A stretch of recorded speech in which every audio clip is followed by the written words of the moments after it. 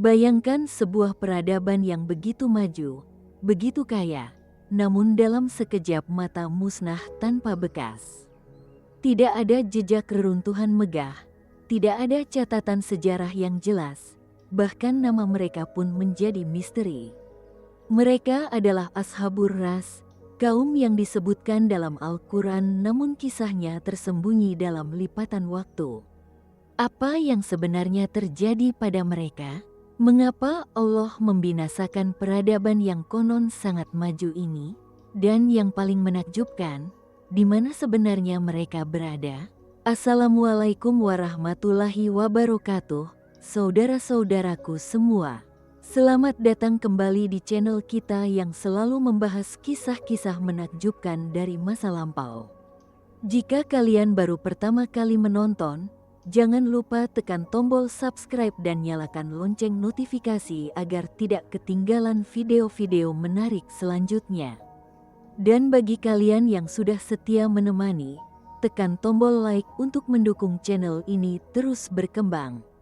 Baiklah, mari kita mulai perjalanan kita menguak misteri Ashabur Ras, salah satu kaum paling misterius yang pernah disebutkan dalam kitab suci. Dalam Al-Quran, Allah Subhanahu wa Ta'ala menyebutkan Ashabur Ras dalam beberapa ayat, namun dengan sangat singkat dan penuh misteri. Tidak seperti kisah kaum Nuh, kaum Ad, atau kaum Samud yang diceritakan dengan detail, kisah Ashabur Ras hanya disebutkan sekilas, seolah-olah Allah sengaja menyimpan rahasia besar di balik nama mereka. Dalam surah Al-Furqan ayat 38, Allah berfirman yang artinya, dan kaum Ad, kaum Samud, dan penduduk Ras, dan banyak generasi di antara mereka. Penyebutan yang singkat ini justru membuat para ulama dan sejarawan penasaran selama berabad-abad. Kata ras sendiri dalam bahasa Arab memiliki beberapa makna yang menarik. Ada yang mengatakan ras berarti sumur yang sangat dalam, ada juga yang mengartikannya sebagai jurang atau lembah. Bahkan ada pendapat yang mengatakan ras adalah nama tempat, sebuah wilayah yang kini mungkin sudah tidak ada lagi di peta. Keberagaman interpretasi ini justru menambah lapisan misteri pada kisah mereka. Siapakah sebenarnya Ashabur Ras ini? Mengapa mereka disebut sebagai penduduk sumur atau jurang? Apakah ada makna simbolis di balik nama tersebut? Menurut sebagian besar ulama tafsir klasik, Ashabur Ras adalah sebuah kaum yang hidup di zaman yang berbeda dengan kaum-kaum lain yang disebutkan dalam Al-Quran. Mereka hidup setelah masa Nabi Nuh namun sebelum atau bersamaan dengan masa Nabi Ibrahim. Peradaban mereka konon sangat maju untuk zamannya. Mereka memiliki sistem irigasi yang canggih, pertanian yang subur, dan perdagangan yang ramai. Namun seperti banyak peradaban besar lainnya, kemajuan materi tidak diimbangi dengan kemajuan spiritual. Kisah Ashabur Ras dimulai dari sebuah masyarakat yang hidup di daerah yang sangat subur. Mereka diberkahi dengan tanah yang hijau, sumber air yang melimpah, dan kekayaan alam yang berlimpah. Namun kemakmuran ini justru membuat mereka lupa pada Sang Pemberi nikmat. Mereka mulai menyembah berhala, membuat patung-patung dari emas dan perak, dan menganggap benda-benda mati tersebut memiliki kekuatan untuk memberi rezeki dan menolak bala. Ironis memang, bagaimana manusia yang diberikan akal pikiran justru menyembah ciptaan tangan mereka sendiri. Yang membuat kisah Ashabur Ras berbeda adalah ada riwayat yang menyebutkan bahwa mereka menyembah pohon pinus yang sangat besar dan tua. Pohon ini dianggap suci, dan di sekitarnya mereka membangun tempat-tempat ibadah. Setiap tahun mereka mengadakan ritual besar, mempersembahkan kurban, dan memohon berkah dari pohon tersebut. Dalam pandangan mereka, pohon ini adalah sumber kehidupan karena memberikan keteduhan, buah, dan tempat berlindung. Namun mereka lupa bahwa yang menciptakan pohon itu adalah Allah, yang menciptakan segala sesuatu. Melihat kesesatan umatnya, Allah mengutus seorang nabi kepada mereka. Namun berbeda dengan nabi-nabi lain yang kisahnya dijelaskan detail dalam Al-Quran, nama nabi yang diutus kepada Ashabur Ras tidak disebutkan secara eksplisit. Ini menambah misteri pada kisah mereka. Ada beberapa pendapat ulama mengenai siapa nabi yang diutus kepada mereka. Sebagian ulama mengatakan dia adalah Nabi Shu'aib, namun pendapat ini lemah karena Nabi Shu'aib secara jelas disebutkan diutus kepada kaum Madian. Ada juga yang mengatakan dia adalah salah satu nabi yang tidak disebutkan namanya dalam Al-Quran, karena memang tidak semua nabi diceritakan kisahnya. Nabi yang diutus kepada Ashabur Ras datang dengan misi yang sama seperti semua nabi, yaitu mengajak manusia untuk beribadah hanya kepada Allah yang Maha Esa, meninggalkan penyembahan berhala, dan berbuat kebaikan di muka bumi. Dia berdakwah dengan penuh kesabaran, menjelaskan dengan argumentasi yang logis, memberikan peringatan tentang azab yang akan datang jika mereka terus dalam kesesatan, dan memberi kabar gembira tentang surga bagi yang beriman. Namun seperti kebanyakan kaum terdahulu, mereka menolak dengan keras. Para pemuka kaum Ashabur Ras yang terdiri dari para pedagang kaya, pemilik tanah, dan tokoh agama penyembah berhala, merasa terancam dengan dakwah sang nabi.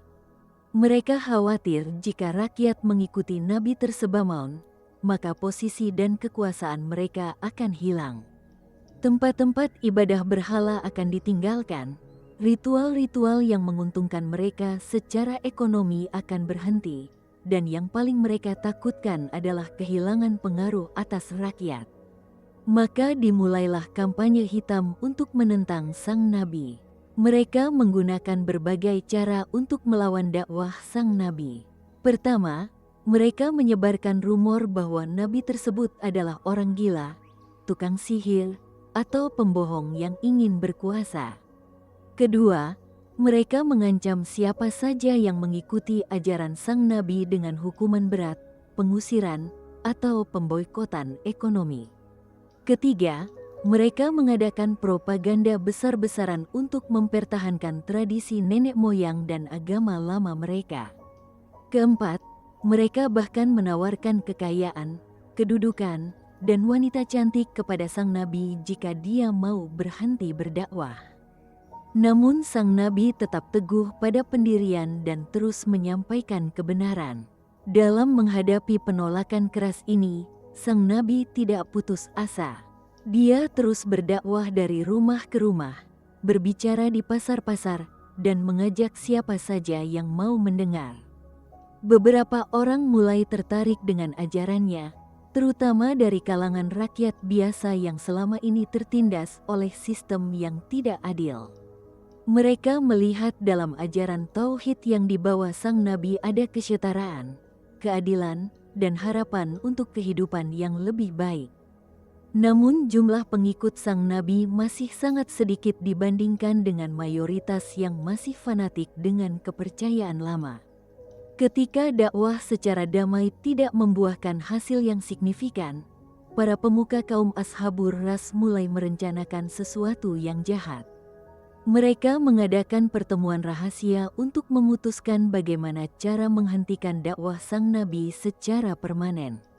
Berbagai usulan dilontarkan, mulai dari pengusiran, penyiksaan, hingga pembunuhan. Akhirnya mereka sepakat untuk melakukan sesuatu yang sangat keji yang akan tercatat dalam sejarah sebagai salah satu kejahatan paling mengerikan terhadap seorang utusan Allah. Menurut riwayat yang cukup kuat dari beberapa ulama tafsir, para pemuka kaum Ashabur Ras merencanakan untuk membunuh sang nabi dengan cara yang sangat kejam. Mereka menggali sebuah sumur yang sangat dalam, atau menurut riwayat lain mereka menggunakan sumur yang sudah ada. Sumur ini konon sangat dalam dan gelap, sehingga jika seseorang jatuh ke dalamnya, hampir tidak mungkin untuk selamat. Inilah yang mungkin menjadi alasan mengapa mereka disebut sebagai Ashabur Ras, yaitu penduduk sumur. Suatu hari, Dengan tipu muslihat mereka berhasil menangkap sang nabi. Dengan penuh kebencian dan kemarahan yang membabi buta, mereka menyeret nabi tersebut ke lokasi sumur. Sang nabi yang tahu apa yang akan terjadi tetap tenang dan pasrah kepada Allah. Dia tahu bahwa setiap nyawa ada di tangan Allah, dan jika Allah menghendaki kematiannya dengan cara ini, maka dia siap menerimanya sebagai syahid dalam memperjuangkan kebenaran. Namun sebelum mereka melakukan tindakan keji itu, sang nabi sempat memberikan peringatan terakhir. Dengan suara yang tenang namun tegas, sang nabi berkata kepada mereka, "Wahai kaumku, sesungguhnya kalian akan mendapat balasan atas apa yang kalian lakukan hari ini. Allah tidak akan membiarkan pembunuhan terhadap utusannya tanpa pembalasan. Jika kalian membunuhku, maka tunggulah azab yang akan datang kepada kalian dan kepada anak cucu kalian. Bertaubatlah sebelum terlambat, kembalilah kepada jalan yang benar sebelum pintu taubat tertutup." Namun peringatan ini tidak digubris. Hati mereka sudah terkunci rapat oleh kesombongan dan kesesatan. Dengan hati yang keras bagai batu, mereka melemparkan sang nabi ke dalam sumur yang sangat dalam. Ada riwayat yang mengatakan mereka tidak langsung membunuhnya, tetapi membiarkannya mati perlahan di dalam sumur tanpa makanan dan minuman. Ada juga yang mengatakan mereka menimbun sumur tersebut dengan tanah dan batu hingga sang nabi terkubur hidup-hidup di dalamnya. Apapun metode pastinya, yang jelas mereka telah melakukan kejahatan yang sangat besar dengan membunuh seorang utusan Allah. Dan seperti yang telah diperingatkan oleh sang nabi, azab tidak akan lama lagi menghampiri mereka. Setelah pembunuhan keji tersebut, kaum Ashabur Ras awalnya merasa lega. Mereka mengira dengan kematian sang nabi, masalah mereka sudah selesai. Kehidupan kembali seperti sedia kala, perdagangan terus berjalan, ritual-ritual penyembahan berhala tetap ramai, dan mereka kembali tenggelam dalam kemaksiatan dan kelalaian. Mereka bahkan merayakan kematian sang nabi dengan pesta besar, seolah-olah mereka telah memenangkan sebuah pertempuran besar. Betapa bodohnya mereka tidak menyadari bahwa sebenarnya mereka baru saja menggali kubur mereka sendiri. Namun tidak lama setelah itu, tanda-tanda azab mulai muncul. Sumur-sumur yang selama ini menjadi sumber kehidupan mereka mulai mengering satu persatu. Tanah yang tadinya subur mulai menjadi tandus dan keras. Tanaman-tanaman mulai layu dan mati meski sudah disiram. Hewan-hewan ternak mereka mulai sakit dan mati secara misterius. Cuaca menjadi sangat ekstrim, kadang panas yang menyengat, kadang dingin yang menusuk tulang. Namun yang paling menakutkan adalah pohon pinus besar yang mereka sembah mulai mengering dari akarnya. Para pemuka kaum melihat tanda-tanda ini namun tetap tidak mau mengakui bahwa ini adalah peringatan dari Allah. Mereka mencoba berbagai cara untuk mengatasi masalah tersebut secara rasional. Mereka menggali sumur-sumur baru yang lebih dalam, mengimpor makanan dari daerah lain, dan mengadakan ritual-ritual besar untuk memohon kepada berhala-berhala mereka agar mengembalikan kesuburan tanah. Namun semua usaha mereka sia-sia. Keadaan justru semakin memburuk dari hari ke hari. Pohon pinus yang mereka anggap suci itu akhirnya mati total. Batangnya yang besar mulai retak dan mengering. Daun-daunnya rontok semua hingga hanya tersisa ranting-ranting kering. Beberapa orang yang masih memiliki sedikit akal sehat mulai menyadari bahwa ini adalah balasan atas pembunuhan mereka terhadap sang nabi. Mereka mulai berbisik satu sama lain, mungkin dia benar-benar utusan Allah, dan kita telah melakukan kesalahan besar. Namun mayoritas tetap keras kepala dan menganggap semua ini hanya kebetulan atau bencana alam biasa. Azab Allah datang dalam berbagai bentuk secara bertahap, seolah memberikan kesempatan kepada mereka untuk bertaubat. Namun hati yang sudah mati tidak bisa dihidupkan kecuali dengan izin Allah. Setelah kekeringan dan kematian tanaman, datanglah wabah penyakit yang menyerang manusia. Penyakit ini sangat aneh dan tidak bisa diobati dengan cara-cara tradisional mereka.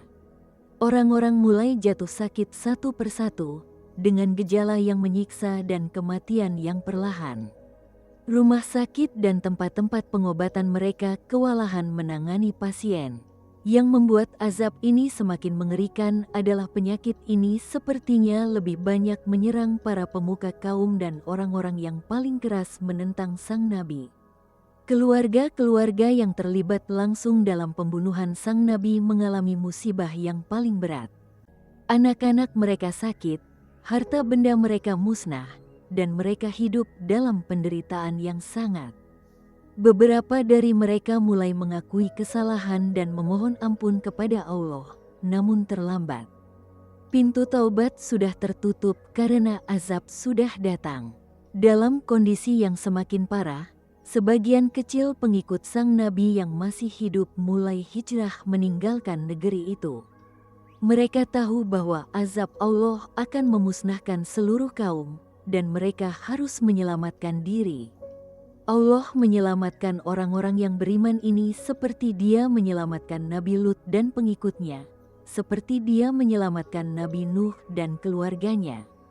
Mereka berhijrah ke daerah lain dan memulai kehidupan baru dengan tetap teguh dalam keimanan. Setelah orang-orang beriman keluar dari negeri itu, datanglah azab yang final. Menurut sebagian riwayat, Allah menurunkan angin topan yang sangat dahsyat yang menghancurkan semua bangunan mereka. Angin ini begitu kuat hingga mencabut pohon-pohon besar dari akarnya, meruntuhkan istana-istana megah, dan menerbangkan segala sesuatu. Dalam sekejap, peradaban yang membanggakan itu berubah menjadi reruntuhan. Ada juga riwayat yang menyebutkan mereka ditenggelamkan ke dalam bumi, seperti kaum Karun yang ditelan bumi bersama dengan hartanya. Namun ada juga pendapat yang mengatakan azab yang menimpa mereka adalah gempa bumi yang sangat dahsyat yang membuat seluruh wilayah mereka tenggelam atau hancur total. Gempa ini begitu kuat hingga mengubah topografi daerah tersebut. Tempat-tempat yang tadinya daratan berubah menjadi danau atau jurang yang dalam. Inilah mungkin makna lain dari kata ras, yaitu jurang yang menelan mereka. Apapun bentuk pastinya, yang jelas azab Allah datang dengan cara yang sempurna untuk membinasakan kaum yang zalim tersebut. Yang paling menakjubkan dari kisah Ashabur Ras adalah tidak adanya jejak peradaban mereka yang jelas hingga hari ini. Berbeda dengan kaum Ad yang meninggalkan reruntuhan Iram yang disebutkan dalam Al-Quran, atau kaum Samud yang meninggalkan rumah-rumah batu di Hijr, kaum Ashabur Ras seolah-olah dihapus total dari muka bumi. Para arkeolog dan sejarawan modern masih memperdebatkan di mana sebenarnya lokasi peradaban ini berada. Beberapa peneliti Muslim mencoba mengidentifikasi lokasi Ashabur Ras berdasarkan petunjuk-petunjuk dalam kitab-kitab tafsir klasik. Ada yang mengatakan mereka berada di wilayah Yamama di Arabia, ada yang mengatakan di wilayah Azerbaijan, ada juga yang mengatakan di wilayah sekitar sungai Tigris atau Efrat. Bahkan ada pendapat yang mengatakan mereka berada di wilayah yang sekarang menjadi bagian dari Iran atau Turkmenistan. Keberagaman pendapat ini menunjukkan betapa misteriusnya kaum ini. Yang menarik adalah dalam beberapa penggalian arkeologi di Timur Tengah, ditemukan bekas-bekas peradaban kuno yang hancur total dalam waktu singkat dengan sumur-sumur yang sangat dalam yang ditimbun atau runtuh. Beberapa peneliti menduga ini mungkin adalah bekas dari kaum Ashabur Ras, namun tidak ada bukti pasti yang bisa memastikan hal tersebut. Allah sepertinya sengaja menghapus jejak mereka sebagai pelajaran bahwa peradaban sebesar apapun bisa musnah tanpa bekas jika melawan perintah Allah. Kisah Ashabur Ras memberikan banyak pelajaran berharga bagi kita yang hidup di zaman modern ini. Pertama, Kemajuan materi dan peradaban tidak menjamin keselamatan jika tidak diimbangi dengan ketakwaan kepada Allah. Kaum Ashabur Ras memiliki teknologi yang maju untuk zamannya, sistem sosial yang terorganisir, ekonomi yang kuat, namun semua itu tidak menyelamatkan mereka dari azab Allah ketika mereka melakukan kemaksiatan dan membunuh utusan Allah. Kedua, kesombongan dan penolakan terhadap kebenaran adalah awal dari kehancuran. Para pemuka kaum Ashabur Ras menolak dakwah sang Nabi bukan karena mereka tidak paham argumentasinya, tetapi karena ego dan kesombongan mereka. Mereka tidak mau mengakui bahwa ajaran nenek moyang mereka salah. Mereka tidak mau kehilangan posisi dan kekuasaan, dan mereka tidak mau tunduk kepada kebenaran yang dibawa oleh orang yang mereka anggap lebih rendah. Kesombongan inilah yang menutup mata hati mereka dari melihat kebenaran. Ketiga, kezaliman terhadap orang-orang yang membawa kebenaran akan mendapat balasan yang setimpal. Pembunuhan terhadap sang Nabi oleh kaum Ashabur Ras adalah puncak dari kezaliman mereka.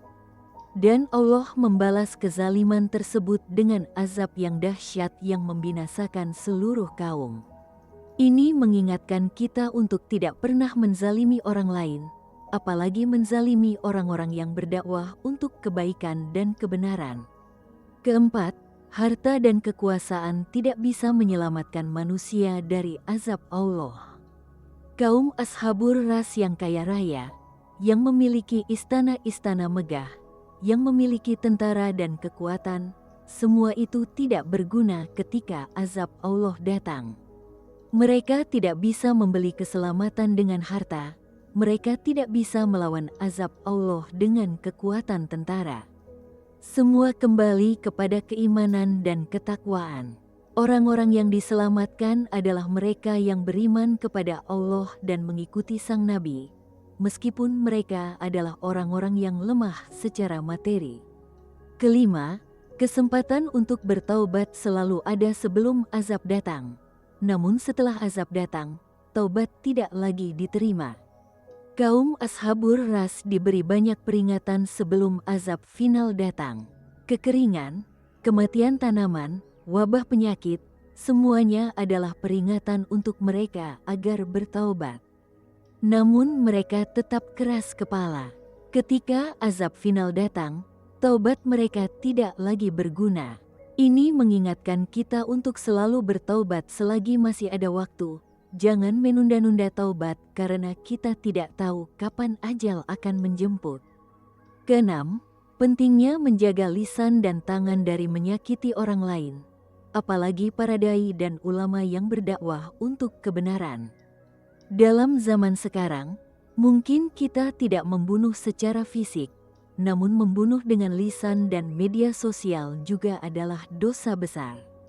Memfitnah, menghina, menyebarkan hoaks tentang para dai dan ulama, semuanya adalah bentuk kejahatan yang akan dimintai pertanggungjawaban di hadapan Allah.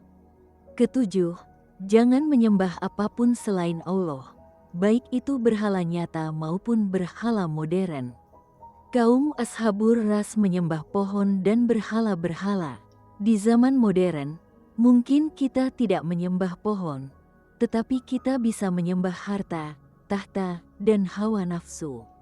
Ketika harta menjadi tujuan utama hidup, ketika kekuasaan menjadi obsesi, ketika hawa nafsu mengontrol hidup kita, maka sebenarnya kita sedang menyembah selain Allah.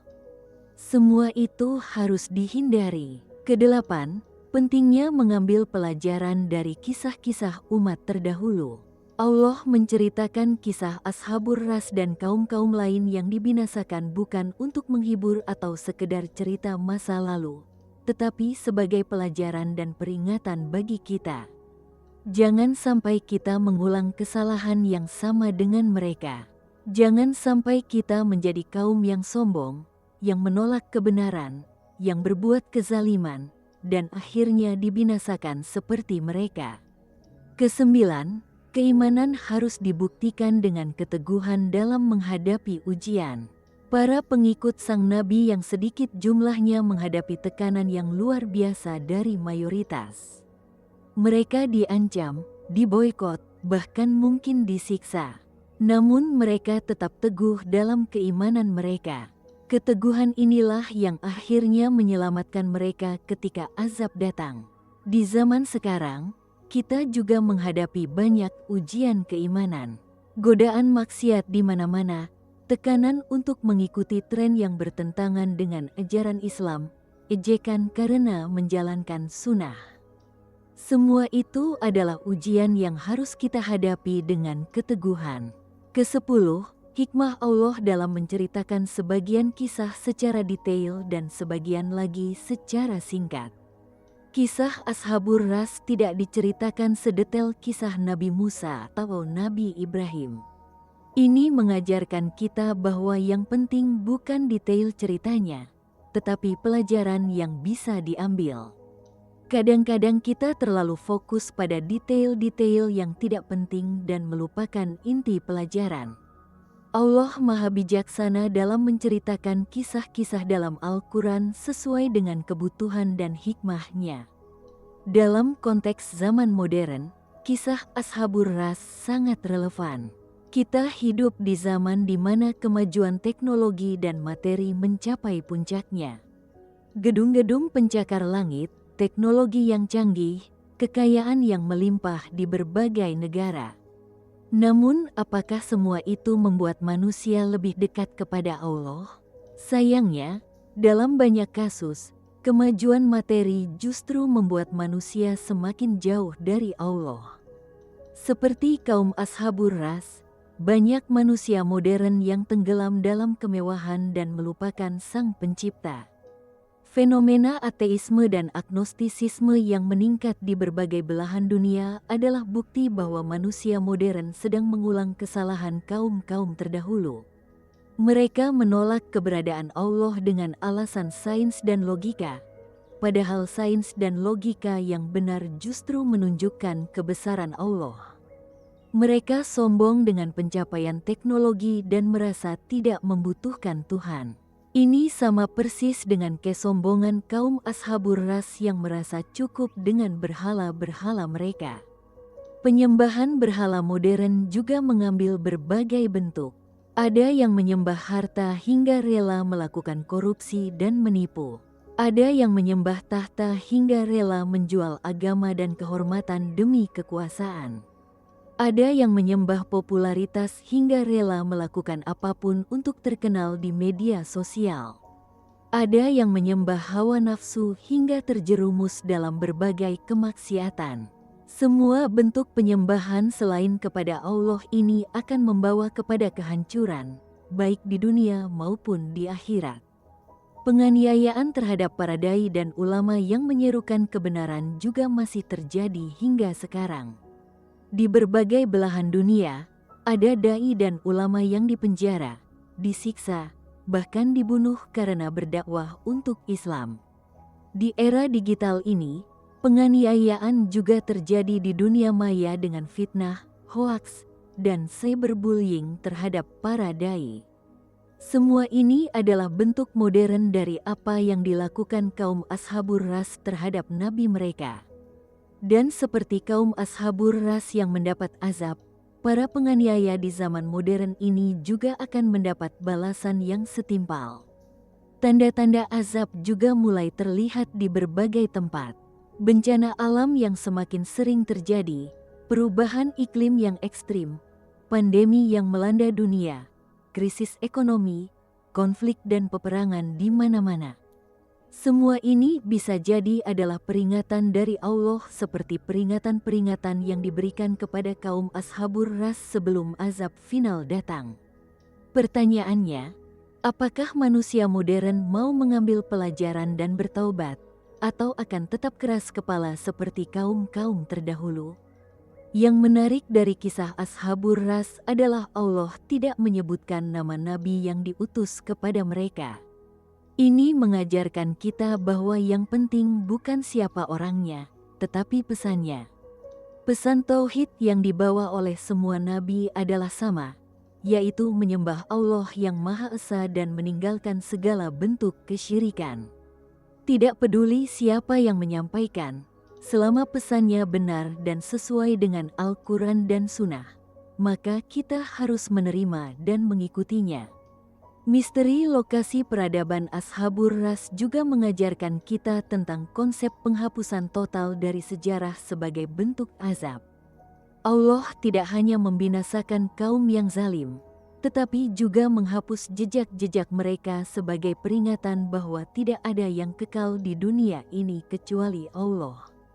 Peradaban sebesar apapun, sekuat apapun, bisa musnah dalam sekejap jika Allah menghendaki. Ini seharusnya membuat kita rendah hati dan tidak sombong dengan pencapaian duniawi. Sumur yang sangat dalam yang menjadi kubur bagi sang nabi juga memiliki makna simbolis yang mendalam. Sumur adalah sumber kehidupan, tempat di mana air yang memberikan kehidupan berada. Namun bagi kaum Ashabur Ras, sumur justru menjadi tempat kematian dan kehancuran.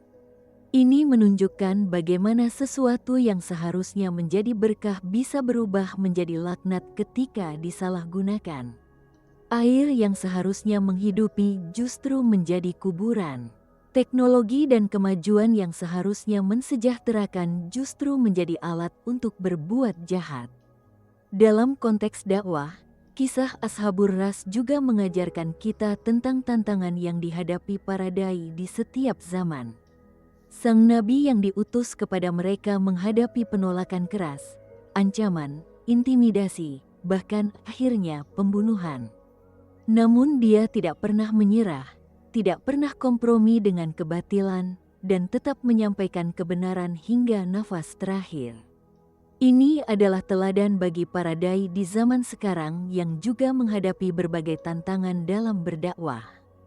Ada juga pelajaran penting tentang kesabaran dalam menghadapi penolakan.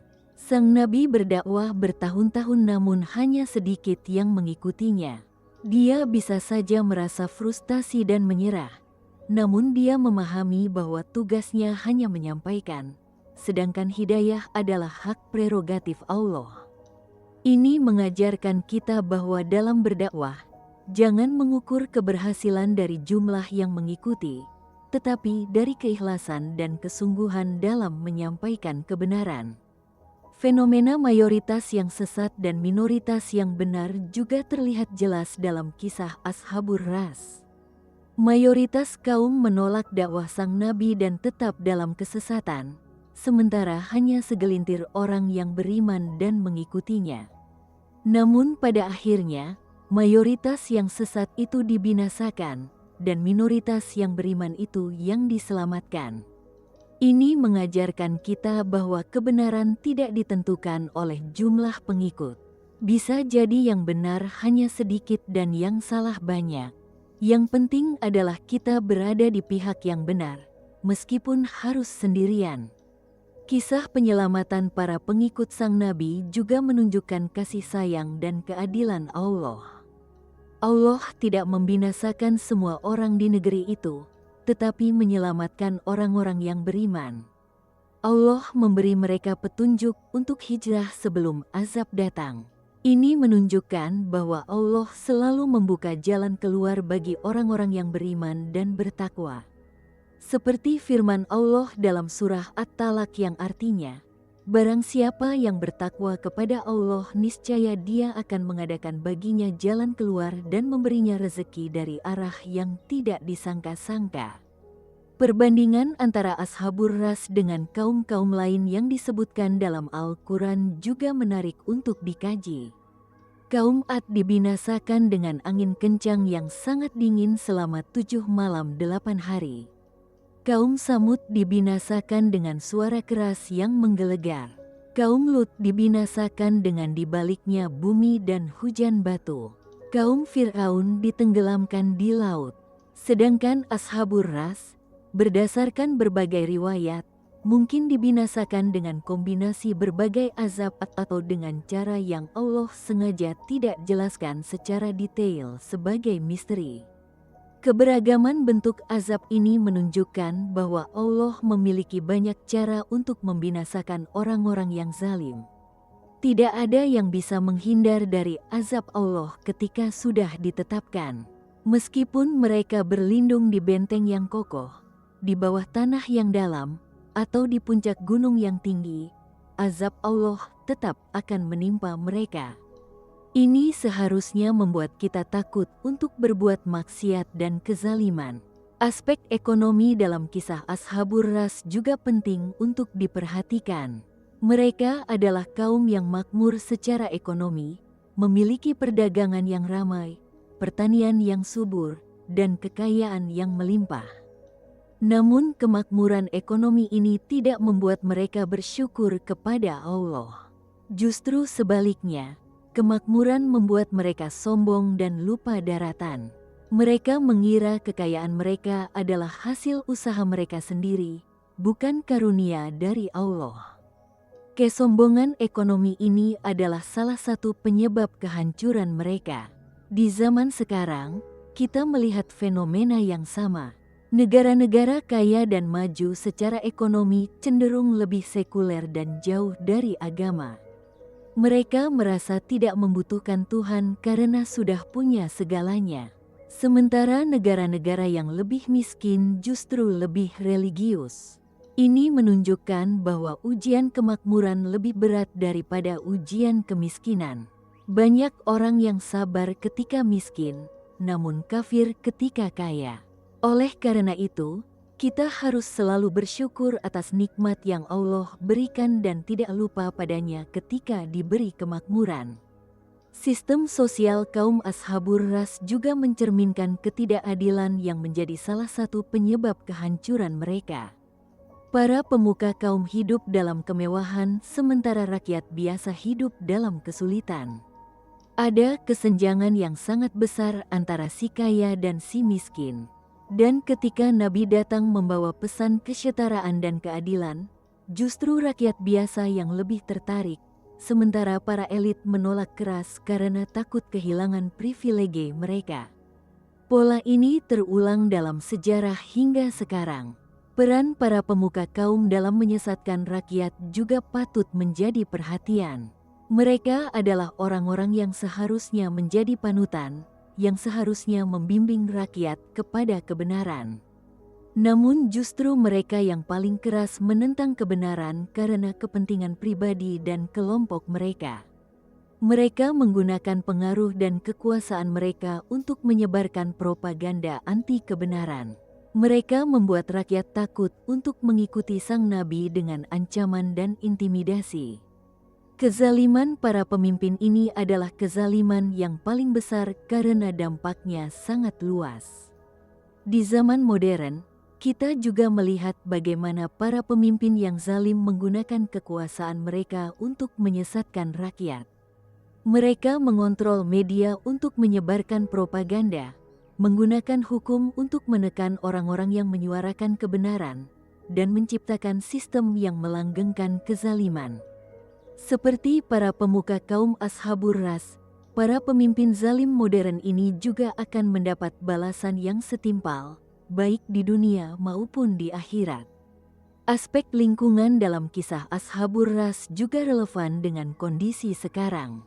Kekeringan dan kerusakan lingkungan yang menimpa mereka bisa jadi adalah akibat dari keserakahan dan eksploitasi alam yang berlebihan.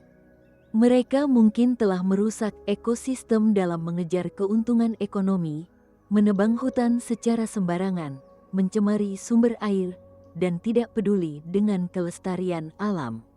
Ketika azab datang, alam yang selama ini mereka eksploitasi berbalik melawan mereka. Zaman sekarang kita melihat bagaimana kerusakan lingkungan yang terjadi di berbagai belahan dunia. Perubahan iklim, pemanasan global, pencairan es di kutub, kenaikan permukaan laut, polusi udara dan air, kepunahan berbagai spesies, semuanya adalah akibat dari keserakahan manusia dalam mengeksploitasi alam. Jika tidak ada perubahan fundamental dalam cara manusia memperlakukan lingkungan, bisa jadi azab lingkungan seperti yang menimpa Ashabur Ras akan terulang dalam skala yang lebih besar. Teknologi dan ilmu pengetahuan yang dimiliki kaum Ashabur Ras juga tidak menyelamatkan mereka. Mereka mungkin memiliki teknologi irigasi yang canggih, sistem pertanian yang efisien, arsitektur yang megah, namun semua itu tidak berguna ketika azab Allah datang. Ini mengingatkan kita bahwa teknologi dan ilmu pengetahuan adalah alat, bukan tujuan. Jika tidak digunakan dengan bimbingan iman dan takwa, teknologi justru bisa membawa kepada kehancuran. Di era modern, kita memiliki teknologi yang jauh lebih canggih daripada kaum Ashabur Ras. Kita memiliki komputer, internet, kecerdasan buatan, teknologi nuklir, eksplorasi luar angkasa, dan sebagainya. Namun, apakah semua teknologi ini membuat manusia lebih bahagia dan lebih dekat kepada Allah? Sayangnya, dalam banyak kasus, teknologi justru digunakan untuk hal-hal yang merusak. Internet digunakan untuk menyebarkan pornografi dan fitnah. Kecerdasan buatan digunakan untuk membuat senjata pembunuh. Teknologi nuklir mengancam kehancuran umat manusia. Semua ini menunjukkan bahwa tanpa iman dan takwa, teknologi bisa menjadi bencana. Konsep dosa kolektif dan azab kolektif juga terlihat dalam kisah Ashabur Ras. Bukan hanya para pemuka kaum yang melakukan pembunuhan terhadap sang nabi yang dibinasakan, tetapi seluruh kaum yang tidak beriman juga turut dibinasakan. Ini karena mereka semua turut bertanggung jawab atas kezaliman yang terjadi. Ada yang langsung melakukan, ada yang mendukung, ada yang diam saja, dan ada yang tidak peduli.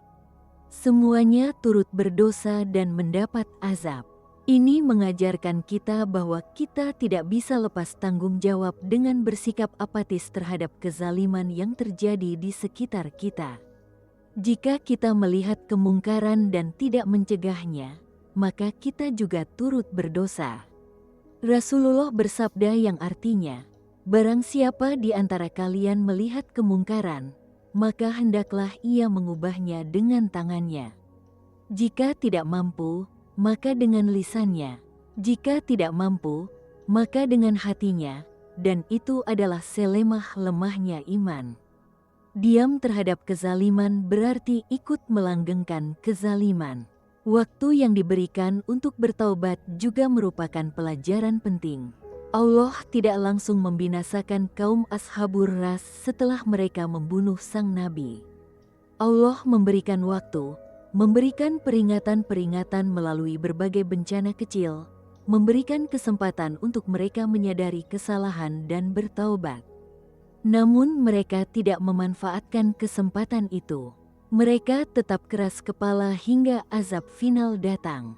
Ini mengingatkan kita untuk tidak menunda-nunda taubat. Jangan merasa masih punya banyak waktu untuk berbuat maksiat sekarang dan akan bertaubat nanti. Kita tidak tahu kapan ajal akan datang. Kita tidak tahu kapan pintu taubat akan tertutup. Bisa jadi kematian datang tiba-tiba. Bisa jadi hati kita menjadi semakin keras sehingga tidak mampu lagi bertaubat.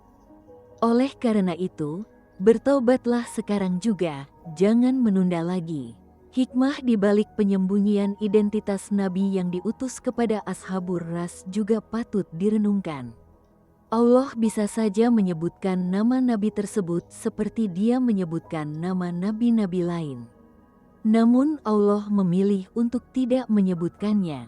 Ada beberapa hikmah yang bisa dipetik dari ini. Pertama, ini menunjukkan bahwa pesan lebih penting daripada pembawa pesan. Kedua, ini mengajarkan kita untuk tidak terlalu fokus pada personality cult atau pemujaan terhadap individu. Ketiga, ini menunjukkan bahwa ada banyak nabi dan orang-orang saleh yang kisahnya tidak diceritakan, namun perjuangan mereka tetap dicatat oleh Allah. Dalam konteks dakwah modern, ini mengajarkan kita untuk tidak terlalu fokus pada siapa yang berdakwah, tetapi pada apa yang didakwahkan. Jangan sampai kita mengikuti seseorang hanya karena dia terkenal, populer, atau karismatik, tanpa memeriksa apakah ajaran yang dia sampaikan sesuai dengan Al-Quran dan Sunnah. Sebaliknya, jangan juga kita menolak kebenaran hanya karena yang menyampaikan adalah orang yang kita tidak suka. Kebenaran tetaplah kebenaran, tidak peduli siapa yang menyampaikannya. Pola yang berulang dalam kisah-kisah umat terdahulu juga patut diperhatikan. Hampir semua kaum yang disebutkan dalam Al-Quran memiliki pola yang sama. Pertama, mereka diberi nikmat dan kemakmuran. Kedua, mereka lupa bersyukur dan mulai berbuat maksiat. Ketiga, Allah mengutus nabi untuk memperingatkan mereka. Keempat, mereka menolak dan menganiaya sang nabi. Kelima, azab datang dan membinasakan mereka. Pola ini berulang dari kaum Nuh, kaum Ad, kaum Samud, kaum Lut, kaum Suaib, kaum Ashabur Ras, dan lain-lain. Pola yang berulang ini menunjukkan bahwa manusia cenderung untuk mengulangi kesalahan yang sama. Meskipun sudah banyak contoh dari masa lalu tentang akibat dari kesesatan dan kezaliman, manusia tetap saja jatuh ke dalam lubang yang sama. Ini karena sifat dasar manusia yang sombong, serakah, dan mudah lupa. Oleh karena itu, kita harus selalu waspada dan terus mengingatkan diri kita sendiri dengan kisah-kisah umat terdahulu agar tidak mengulangi kesalahan mereka.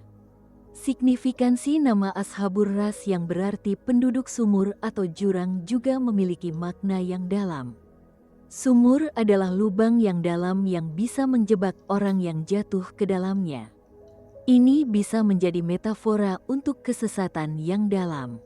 Ketika seseorang jatuh ke dalam lubang kesesatan, sangat sulit untuk keluar. Semakin dalam kesetatannya, semakin sulit untuk kembali ke jalan yang benar. Kaum Ashabur Ras telah jatuh ke dalam sumur kesesatan yang sangat dalam, sehingga mereka tidak bisa lagi keluar dan akhirnya binasa di dalamnya. Metafora sumur ini mengingatkan kita untuk berhati-hati agar tidak jatuh ke dalam lubang kesesatan. Kesesatan tidak selalu datang dalam bentuk yang jelas dan nyata. Seringkali kesesatan datang secara bertahap, dimulai dari hal-hal kecil yang tampaknya tidak berbahaya. Sedikit demi sedikit, langkah demi langkah, seseorang bisa jatuh ke dalam sumur kesesatan yang dalam tanpa menyadarinya. Oleh karena itu, kita harus selalu waspada dan menjaga diri dari hal-hal yang bisa menjerumuskan kita ke dalam kesesatan. Peranan tokoh agama penyembah berhala dalam kisah Ashabur Ras juga penting untuk disoroti. Mereka adalah orang-orang yang seharusnya membimbing masyarakat dalam urusan spiritual, namun justru mereka yang paling keras mempertahankan kesesatan. Mereka memiliki kepentingan untuk mempertahankan sistem penyembahan berhala karena dari situ mereka mendapat keuntungan, baik materi maupun posisi sosial. Mereka takut jika masyarakat meninggalkan berhala dan mengikuti tauhid, maka mereka akan kehilangan semua privilege tersebut. Fenomena ini juga terjadi di zaman modern. Ada tokoh-tokoh agama atau yang mengklaim sebagai tokoh agama yang justru menyesatkan umat. Mereka menggunakan agama untuk kepentingan pribadi, untuk mendapat kekayaan, kekuasaan, atau popularitas. Mereka mengajarkan ajaran yang menyimpang dari Al-Quran dan Sunnah, mencampur adukan agama dengan tradisi dan bid'ah, bahkan ada yang sampai mengkafirkan orang lain sembarangan. Kita harus berhati-hati terhadap tokoh-tokoh seperti ini dan selalu merujuk kepada Al-Quran dan Sunnah dalam memahami agama. Dampak psikologis dari penolakan terhadap kebenaran juga terlihat dalam kisah Ashabur Ras. Ketika seseorang terus-menerus menolak kebenaran dan mempertahankan kebatilan, hatinya akan menjadi semakin keras. Allah berfirman dalam surah Al-Baqarah yang artinya, "Kemudian setelah itu hatimu menjadi keras seperti batu, bahkan lebih keras lagi." Hati yang keras tidak bisa menerima kebenaran, tidak bisa merasakan kelembutan kasih sayang, dan tidak bisa bertaubat.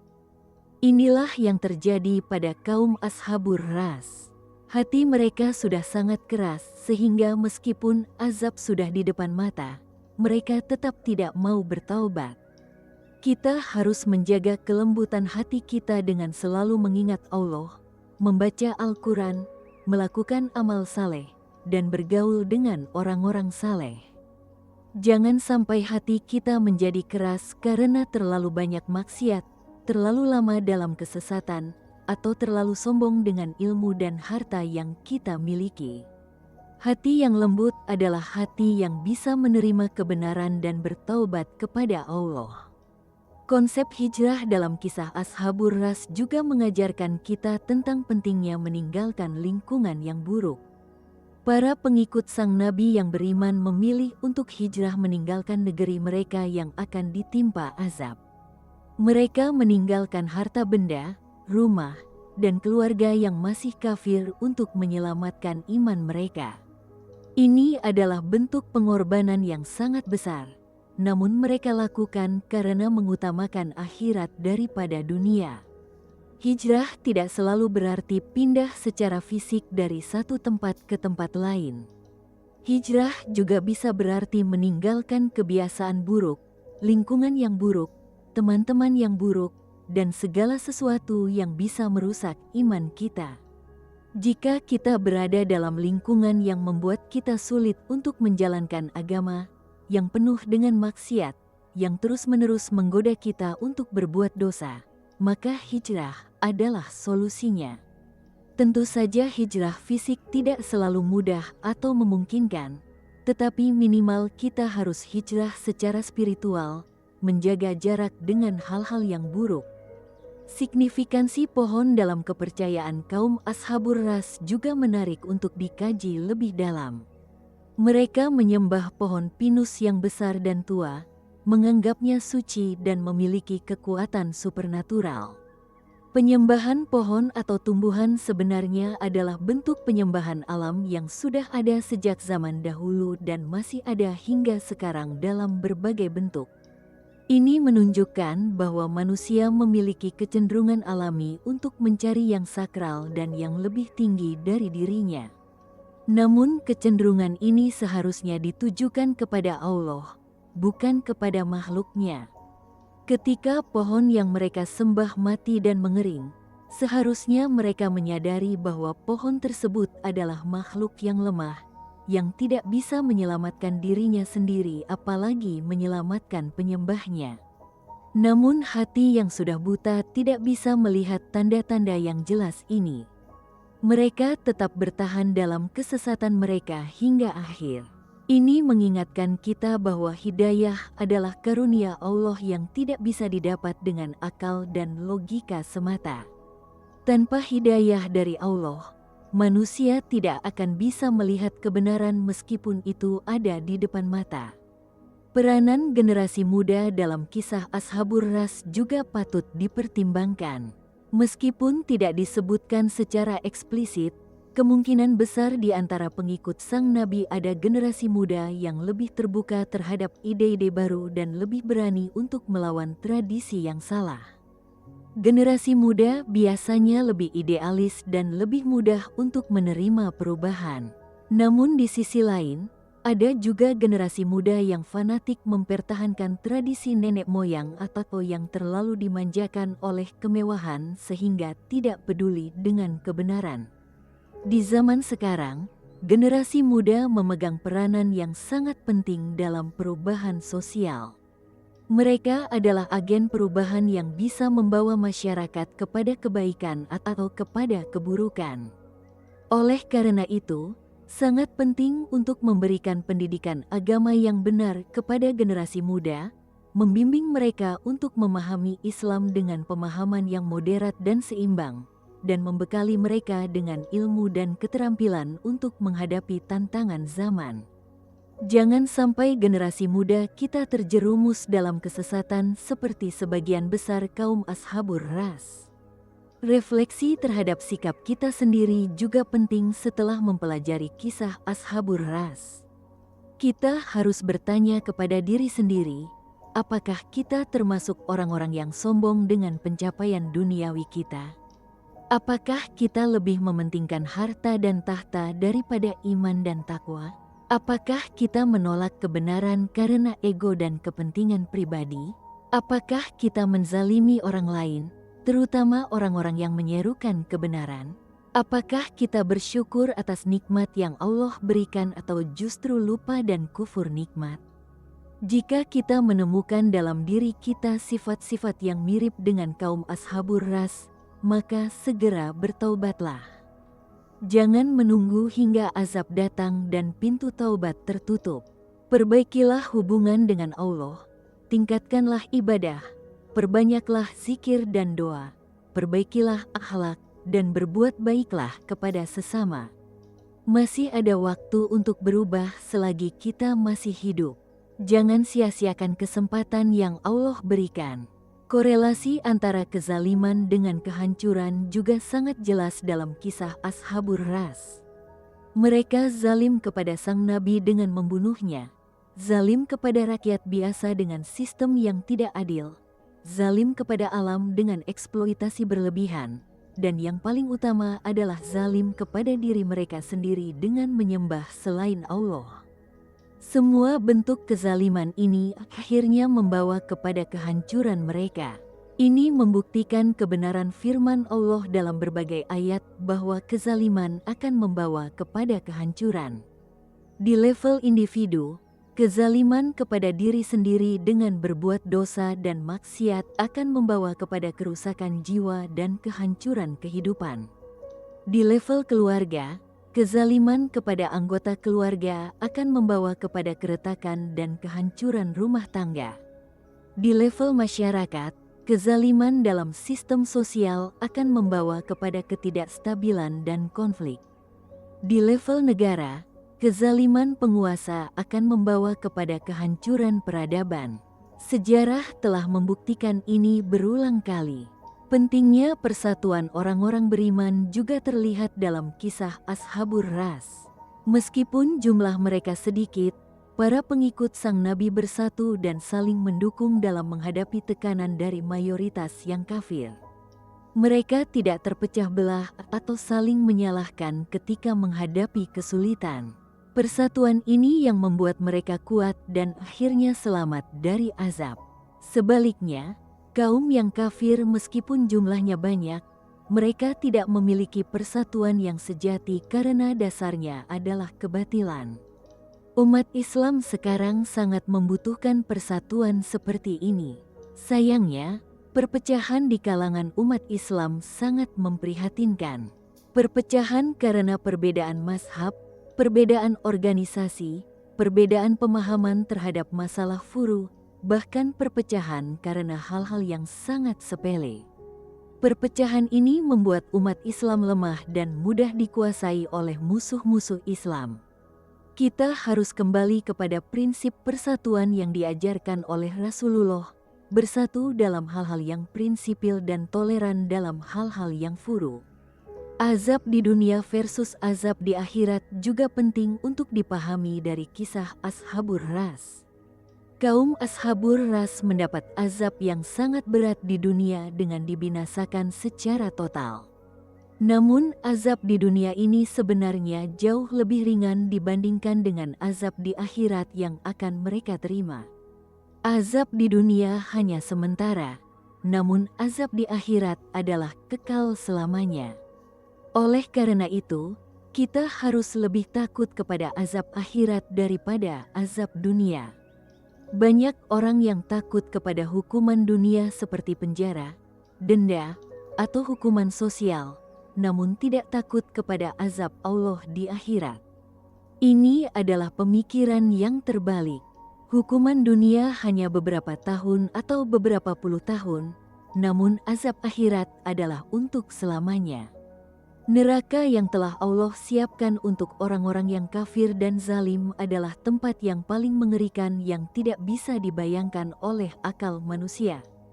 Oleh karena itu, Kita harus selalu ingat akhirat dan berbuat amal saleh untuk menyelamatkan diri dari azab neraka. Peringatan kepada generasi setelah Ashabur Ras juga menjadi pelajaran penting. Allah menceritakan kisah mereka dalam Al-Quran bukan untuk generasi mereka yang sudah binasa, tetapi untuk generasi-generasi setelahnya hingga akhir zaman. Setiap generasi harus mengambil pelajaran dari kisah ini agar tidak mengulangi kesalahan yang sama. Namun sayangnya, sejarah terus berulang karena manusia tidak mau belajar dari masa lalu. Kita yang hidup di abad ke-21 ini seharusnya lebih bijak karena kita memiliki akses kepada pengetahuan tentang sejarah umat-umat terdahulu. Kita bisa membaca kisah-kisah mereka dalam Al-Quran dan kitab-kitab tafsir. Kita bisa mempelajari sejarah peradaban-peradaban besar yang runtuh. Kita bisa melihat pola-pola yang berulang. Dengan semua pengetahuan ini, seharusnya kita tidak mengulangi kesalahan mereka. Namun, apakah kita sudah benar-benar mengambil pelajaran atau kita masih terus berjalan di jalan yang sama dengan mereka? Tanggung jawab untuk menyampaikan kisah ini kepada generasi berikutnya juga menjadi kewajiban kita.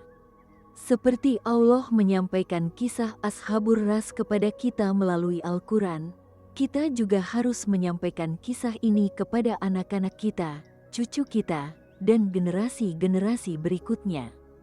Kita harus mendidik mereka dengan kisah-kisah dari Al-Quran agar mereka mengenal Allah, takut kepada azabnya, dan mengharapkan rahmat-Nya. Jangan sampai generasi berikutnya tumbuh tanpa pengetahuan tentang sejarah umat-umat terdahulu dan akhirnya mengulangi kesalahan yang sama. Sebagai penutup dari pembahasan panjang kita tentang kisah penuh misteri Ashabur Ras ini, mari kita merenungkan beberapa kesimpulan penting yang bisa kita ambil.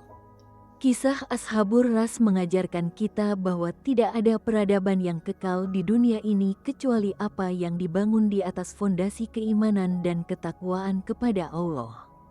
Kemajuan materi, teknologi yang canggih, kekayaan yang melimpah, semua itu tidak ada artinya jika tidak dibarengi dengan keimanan yang kuat.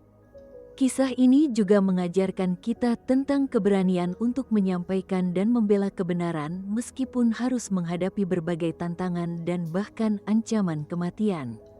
Sang Nabi yang diutus kepada kaum Ashabur Ras adalah teladan dalam hal ini. Dia tidak gentar menghadapi ancaman, tidak tergoda dengan tawaran kemewahan, dan tidak menyerah meskipun pengikutnya hanya sedikit. Dia terus berdakwah hingga nafas terakhir. Inilah sikap yang harus kita teladani dalam memperjuangkan kebenaran di zaman sekarang.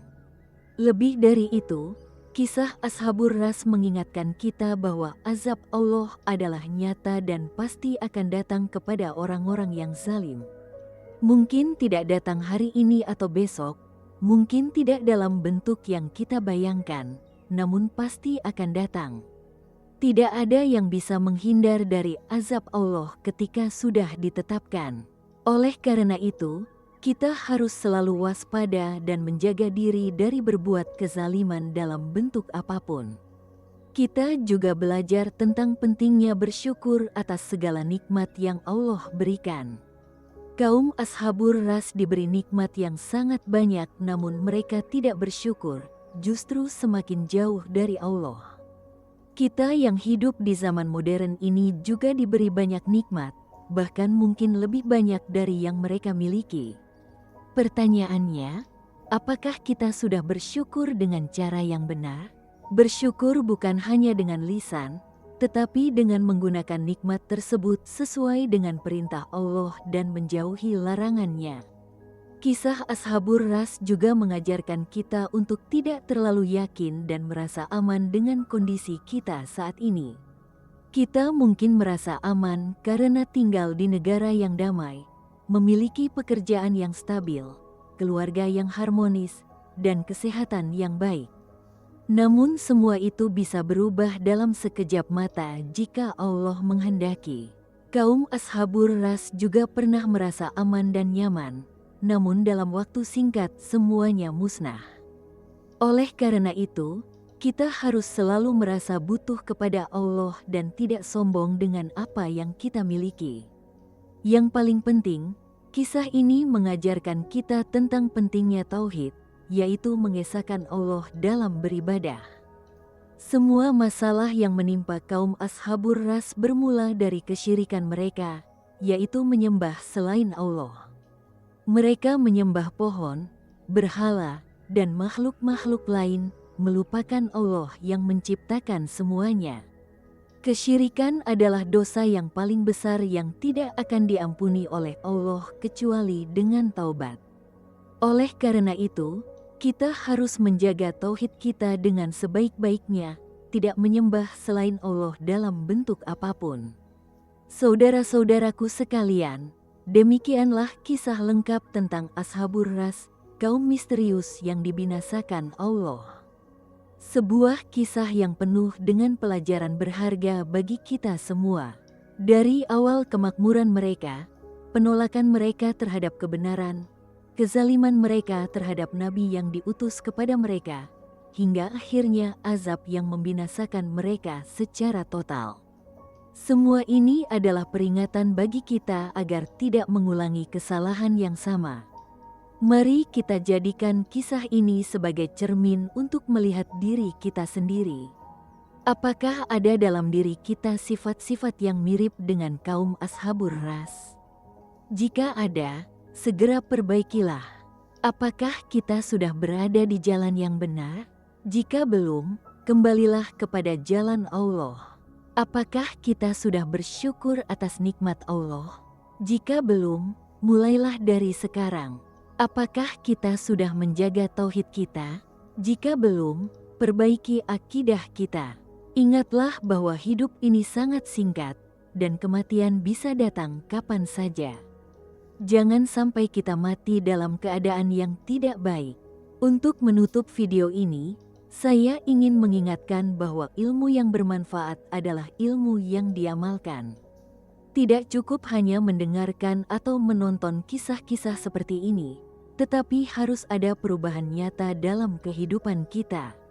Mulailah dengan hal-hal kecil, tingkatkan kualitas ibadah kita, perbaiki akhlak kita, perbanyak zikir dan doa, berbuat baik kepada sesama, dan selalu ingat kepada Allah dalam setiap keadaan.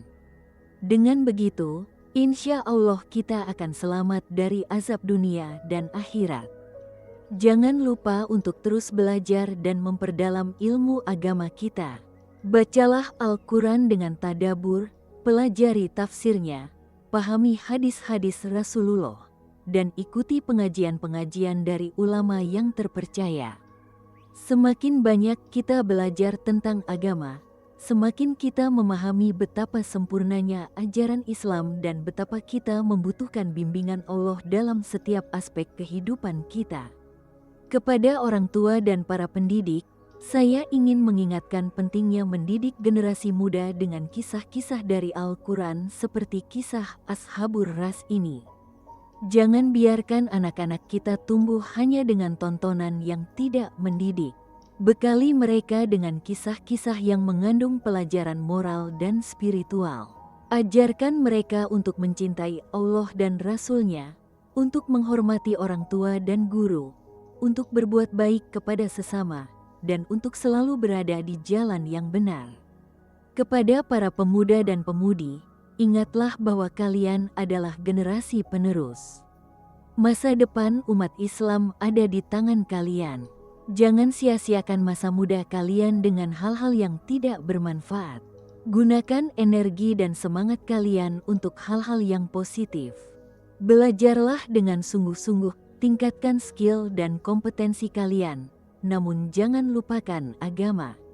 Jadilah pemuda yang solih, yang cerdas, yang berakhlak mulia, dan yang bermanfaat bagi sesama.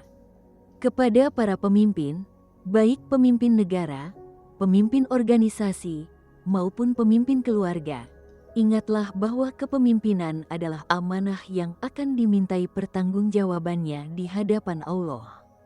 Pimpinlah dengan adil, dengan bijaksana, dan dengan takut kepada Allah. Jangan gunakan kekuasaan untuk berbuat kezaliman. Ingatlah kisah para pemuka kaum Ashabur Ras yang menggunakan pengaruh mereka untuk menyesatkan rakyat dan akhirnya mendapat azab yang pedih. Jadilah pemimpin yang membawa rakyat kepada kebaikan, bukan kepada kejahatan. Saudara-saudaraku, sebelum kita akhiri video ini, saya ingin mengajak kalian semua untuk melakukan introspeksi diri. Luangkan waktu sejenak untuk merenung, untuk memikirkan kehidupan kita selama ini. Sudahkah kita menjalani hidup sesuai dengan tuntunan Allah? Sudahkah kita menunaikan kewajiban-kewajiban kita sebagai hamba Allah?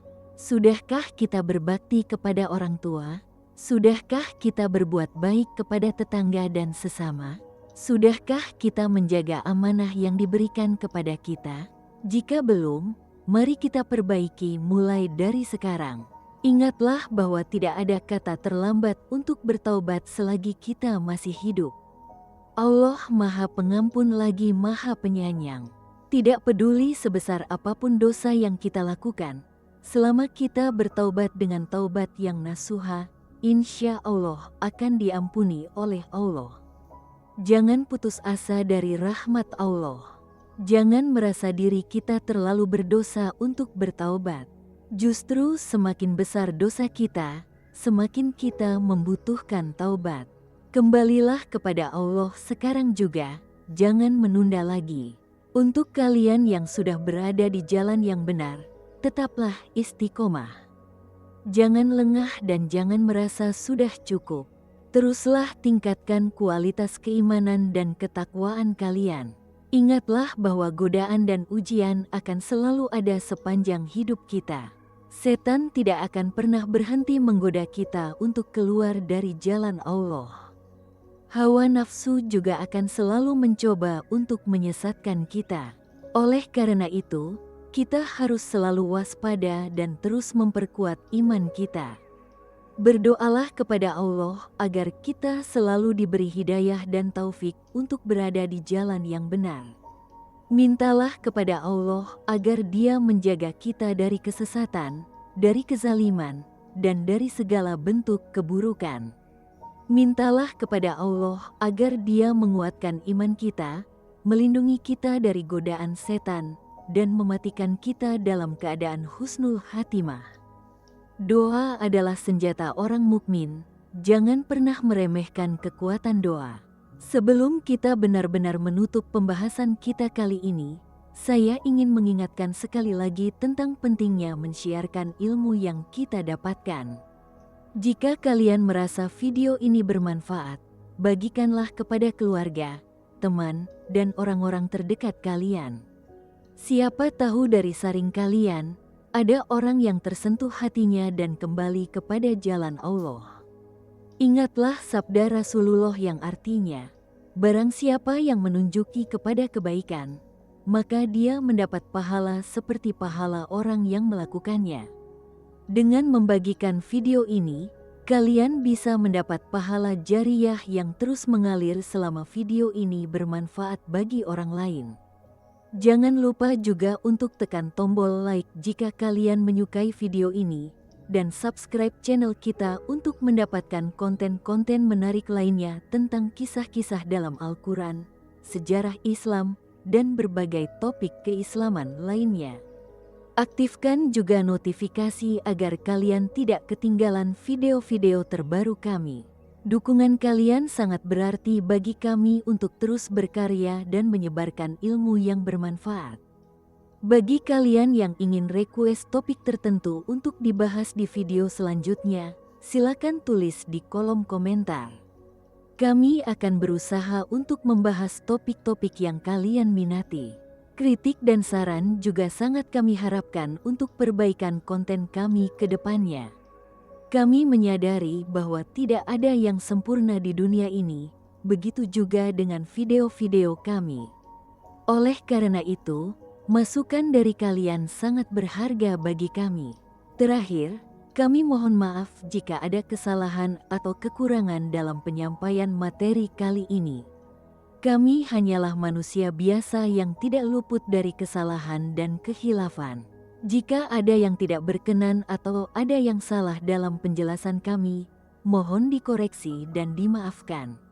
Semua kebaikan datangnya dari Allah, dan semua kesalahan adalah dari kami sendiri. Wallahu a'lam bishawab, hanya Allah yang maha mengetahui yang benar. Semoga Allah memberikan kita pemahaman yang benar tentang agamanya, memampukan kita untuk mengamalkan apa yang kita ketahui, dan mengampuni segala dosa dan kesalahan kita. Semoga kita semua terhindar dari azab dunia dan akhirat seperti yang menimpa kaum Ashabur Ras dan kaum-kaum yang zalim lainnya. Semoga Allah memasukkan kita semua ke dalam golongan orang-orang yang beriman dan beramal saleh yang akan mendapat surganya. Semoga kisah Ashabur Ras ini menjadi pelajaran berharga bagi kita semua, menjadi pengingat untuk selalu bersyukur, untuk selalu bertakwa, dan untuk selalu berada di jalan yang benar. Semoga kita tidak mengulangi kesalahan mereka, dan semoga kita menjadi generasi yang lebih baik, yang membawa rahmat bagi alam semesta, bukan yang membawa kerusakan dan kezaliman. Barakallahu fikum, semoga Allah memberkahi kalian semua. Tetaplah semangat dalam menuntut ilmu, dalam beribadah, dan dalam berbuat kebaikan. Ingatlah bahwa hidup ini adalah ujian, dan kita semua akan kembali kepada Allah untuk mempertanggungjawabkan semua perbuatan kita. Oleh karena itu, persiapkanlah diri dengan sebaik-baiknya untuk pertemuan dengan Allah. Perbanyaklah amal saleh, perbaiki akhlak, dan jagalah iman kita hingga nafas terakhir. Sampai jumpa di video selanjutnya dengan topik-topik menarik lainnya. Tetaplah terhubung dengan channel kami untuk mendapatkan ilmu-ilmu yang bermanfaat. Jangan lupa untuk selalu berdoa untuk channel ini agar terus istiqomah dalam menyebarkan dakwah dan ilmu yang bermanfaat. Wassalamualaikum warahmatullahi wabarakatuh. Semoga kedamaian, rahmat, dan berkah Allah selalu menyertai kita semua. Amin ya rabbal alamin.